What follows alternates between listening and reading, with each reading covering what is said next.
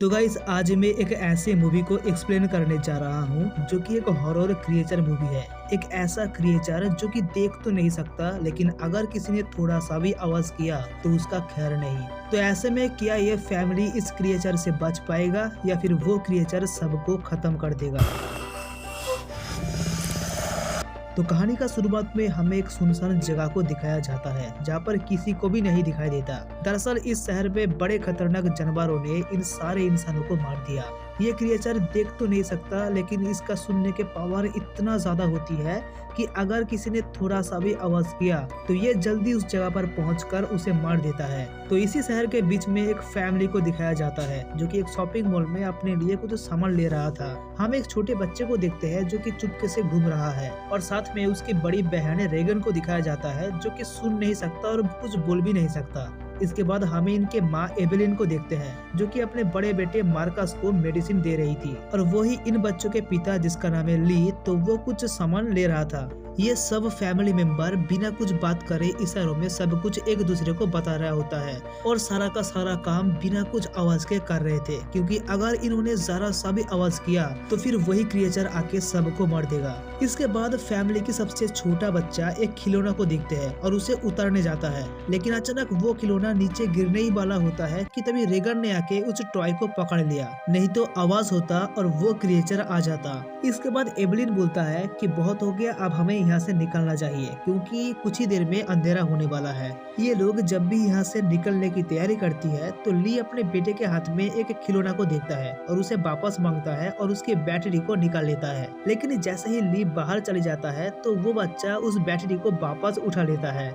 इन्होंने पूरे रास्ते में रेत बिछाया हुआ है, और ऐसा इसलिए ताकि वो क्रिएचर इनकी पैर की आवाज को ना सुन पाए। इसके बाद जब ये सारे लोग एक पुल को क्रॉस कर रहे होते हैं कि तभी वो बच्चा खिलौना को ऑन कर देता है, जिससे यहाँ पर साउंड होता है और वही क्रिएचर जंगलों से भागते हुए इस तरफ आता है, और इस तरफ ली अपने बेटे को बचाने के लिए आता है, लेकिन उससे पहले ही वो क्रिएचर उस बच्चे को मार देता है।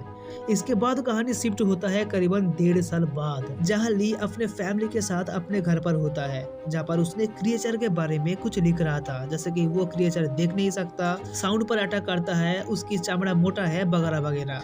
इसके बाद हमें एवेलिन को दिखाया जाता है जो कि प्रेग्नेंट होती है, तो वो अपने आने वाले बच्चे को सेफ रखने के लिए एक लकड़ी की बॉक्स में ऑक्सीजन सिलेंडर की पाइप तैयारी करती है, ताकि अगर उसका बच्चा रोए तो उसकी आवाज बॉक्स के बाहर ना जा पाए, क्योंकि वो क्रिएचर साउंड पर अटैक करता है।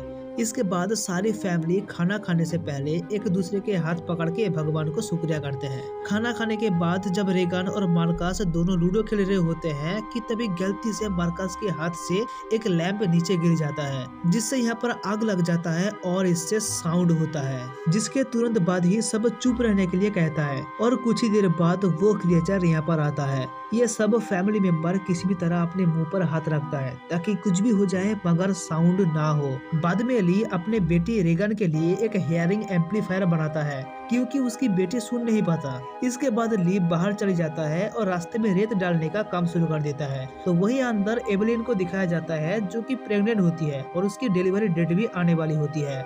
रेत का काम पूरा होने के बाद ली अपने बेटे मार्कस को भी बाहर ले जाना चाहती है, क्योंकि उसके मन में क्रिएचर को लेके बहुत डर बैठा हुआ है, लेकिन उसकी माँ मार्कस को बोलती है कि उसके पिता उसे कुछ नहीं होने देंगे। जिसके बाद वो अपने पिता के साथ निकल जाता है बाहर, लेकिन पिता ने रेगन को साथ में नहीं ले गया, तो इसलिए वो नाराज हो जाती है, और इसके बाद रेगन अपने कमरे में जाकर उस हियरिंग एम्पलीफायर को साइड में रख देती है, क्योंकि उसे लगता है कि ये काम नहीं करेगा, लेकिन जब वो उसे टेस्ट करती है तो ये काम कर रहा था। इसके बाद वो रोने लग जाती है, क्योंकि वो पहली बार इस दुनिया का आवाज को सुन पा रही थी अपने कानों में, और आज भी उसे यही लगता है कि उसके भाई की मौत का वजह वो खुद है, क्योंकि उसने उसको वो खिलौना वापस दिया था। इसके बाद रेगन वही जगह पर जाती है जहाँ पर वो क्रिएचर उसकी छोटे भाई को मारा था, और वो अपने छोटे भाई की कब्र पर बैठकर रोने लगती है। वही दूसरी तरफ एक नदी के पास ली आता है, लेकिन उसका बेटा अभी भी बहुत डरा हुआ था। उसके पिता उसे बोलता है कि अभी पानी का आवाज की वजह से वो क्रिएचर हमारी बातें को नहीं सुन पाएगा। इसके बाद ली जोर से चिल्लाने लगता है, और वो अपने बेटे को बोलता है कि देखो अभी वो हमारी बातों को नहीं सुन पा रहा है, क्योंकि हमारी आवाज से पानी का आवाज बहुत तेज है। इसके बाद मार्कस अपने पिता को कहते हैं कि क्या वो अभी भी भाई का मौत का जिम्मेदार रेगन को मानते हैं। इसके बाद ली बोलता है कि देखो बेटा, जो भी हुआ इसका जिम्मेदार हम में से कोई नहीं है, क्योंकि ये सारा काम उस क्रिएचर ने किया है। इसके बाद जब ये दोनों वापस घर के लिए आ रहा होता है कि तभी बीच रास्ते में एक बूढ़ा आदमी दिख जाता है, जिसकी पत्नी को भी उसी क्रिएचर ने मारा है। ली उस बूढ़े आदमी को चुप रहने के लिए कहता है, लेकिन वो बूढ़ा आदमी जोर से चिल्लाना शुरू कर देता है। ली अपने बेटे को अपनी गोद में उठा के एक पेड़ के पीछे छुप जाता है और वो खतरनाक क्रिएचर यहाँ पर आके उस बूढ़े आदमी को मार देता है। मार्कस अब काफी बुरी तरह डरा हुआ है, लेकिन ली उसके मुंह पर हाथ रख के उसके मुंह को बंद कर देता है। तो वही दूसरी तरफ ली का पत्नी एवेलिन की पैर पर कील घुस जाती है, जिससे उसके हाथ से फोटो एल्बम नीचे गिरकर टूट जाता है और इससे साउंड होता है। एवेलिन किसी भी तरह बेसमेंट में जाकर रेड लाइट को ऑन कर देता है और वो बचने के लिए एक सेफ जगह पर छुप जाती है। वो बुरी तरह जख्मी हो चुकी है, लेकिन फिर भी उसके मुंह से कोई आवाज नहीं निकलती। तो वही ली घर के बाहर रेड लाइट को देख लेता है, जिससे उसे पता लग जाता है कि उसकी पत्नी मुश्किल में है। इसके बाद वो उस क्रिएचर को भी देख लेता है, इसलिए वो अपने बेटे मार्कस को कुछ रॉकेट और कुछ पटाखा देता है ताकि उसका बेटा पटाखा जलाए और उसकी आवाज में वो क्रिएचर उधर चला जाए। और मार्कस ऐसा ही करता है और पटाखों की आवाज को सुनकर वो क्रिएचर उस तरफ भागने लगता है। जिसके बाद ली अपने घर में आता है, लेकिन वो देखता है कि बाथटब में खून गिरा हुआ है। तो उसे लगता है कि उसका बेबी मर गई, लेकिन तभी उसके पीछे से उसकी पत्नी मिल जाती है। इसके बाद एवेलिन एक बेबी को भी जन्म दे चुकी है, लेकिन यहाँ पर कोई आवाज ना हो इसके लिए ली बेसमेंट में जाता है ताकि वो अपने बच्चे को उस लकड़ी के बॉक्स में रख दे जो कि एवेलिन ने उस बेबी के लिए बनाया था। लेकिन तभी बेबी रोना शुरू कर देता है, जिससे वहाँ पर वो क्रिएचर दोबारा आ जाता है।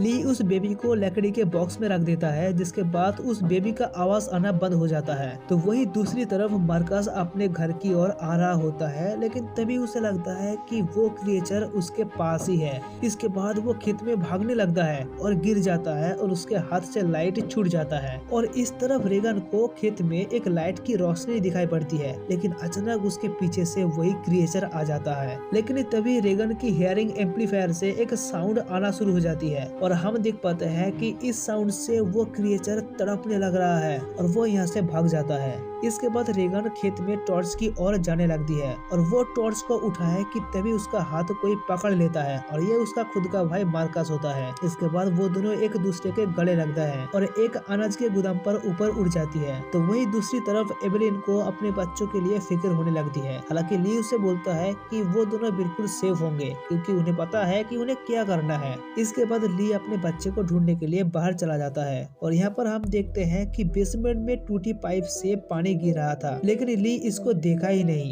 इसके बाद ली सीसीटीवी कैमरा की मदद से अपने बच्चे को ढूंढने की कोशिश करता है, लेकिन वो दोनों कहीं पर भी दिखाई नहीं देता। तो फिर वो बाहर खेत में ढूंढने के लिए निकल पड़ता है। तो वही मार्कस और रेगन गोदाम के टॉप पर आग जलाता है ताकि उस आग को देखकर उसके पिता यहाँ पर आ जाए, लेकिन कुछ टाइम बाद आग बुझ जाता है। और इस तरफ घर के अंदर जब एवेलिन की नींद खुलती है तो वो देखते हैं कि पूरे बेसमेंट में पानी भर चुका है और वो क्रिएचर उसके सामने है।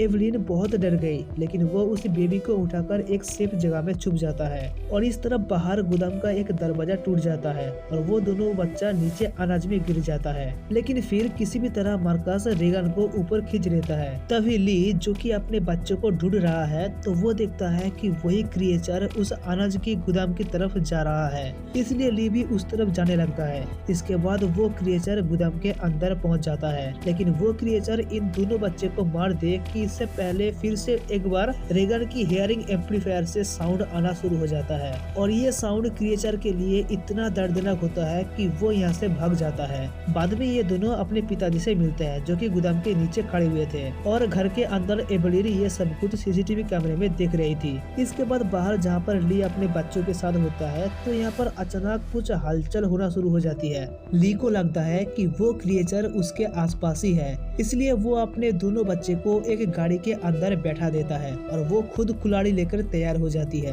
तभी वो क्रिएचर उसके ठीक ऊपर होता है, जो कि ली को जोर से मारता है। और ये देख के मार्कस अंदर से अपने पिता के लिए जोर से आवाज लगाती है, जिसके बाद वो क्रिएचर अब इन दोनों बच्चे की तरफ जाने लगता है। वो क्रिएचर इन दोनों की गाड़ी के ऊपर हमला कर देता है, लेकिन ली दोबारा से खड़ा होता है और वो रेगन को इशारे में बोलता है कि वो उन दोनों को बहुत प्यार करता है और दोनों को कुछ भी नहीं होने देगा। इसके बाद ली जोर से चिल्लाता है, जिसके बाद वो क्रिएचर इन दोनों बच्चे को छोड़कर ली पर हमला कर देता है और ली को मार देता है। और ऐसा सिचुएशन देखकर रेगन को काफी दुख होता है और वही घर के अंदर से सीसीटीवी कैमरे में माँ एवलिन ये सब कुछ देख रही थी। ली को मरने के बाद वो क्रिएचर यहाँ से चला गया था और एवलिन बाहर जाके उन दोनों बच्चे को घर के अंदर ले आती है। रेगन अपने पिता को याद करके रोने लगती है कि तभी अचानक घर के लाइट ब्लिंक होना शुरू हो जाती है और एवलिन बंदूक लेकर तैयार हो जाती है। कुछ टाइम बाद वो क्रिएचर घर के अंदर आ जाता है। रेगन को याद आता है कि उनके कानों में जो हियरिंग एम्पलीफायर है तो उसके आवाज को क्रिएचर नहीं सहन सकता। इसके बाद रेगन एम्पलीफायर को ऑन कर देती है, जिसके बाद उसकी फ्रीक्वेंसी साउंड आने लगता है और वो क्रिएचर तड़पने लगता है, नीचे गिर जाता है। लेकिन फिर से और एक बार वो क्रिएचर खड़ा होकर इन दोनों पर अटैक करने जाता है, लेकिन इससे पहले एवलिन शॉर्ट गन से शूट कर देती है, जिसके बाद वो क्रिएचर वहीं पर ही मारा जाता है। लेकिन क्रिएचर तो मर गया, लेकिन फिर भी इन लोगों को कुछ गड़बड़ लगने लगता है और जब ये लोग सीसीटीवी कैमरे को चेक करता है तो देखता है कि बाहर और भी एक दो जानवर घर की तरफ आ रहा है। और इसके बाद रेगन स्पीकर पर वही फ्रीक्वेंसी साउंड को लगा देती है और वही एवलिन शॉर्ट गन को तैयार करती है और मूवी यहाँ पर एंड हो जाता है।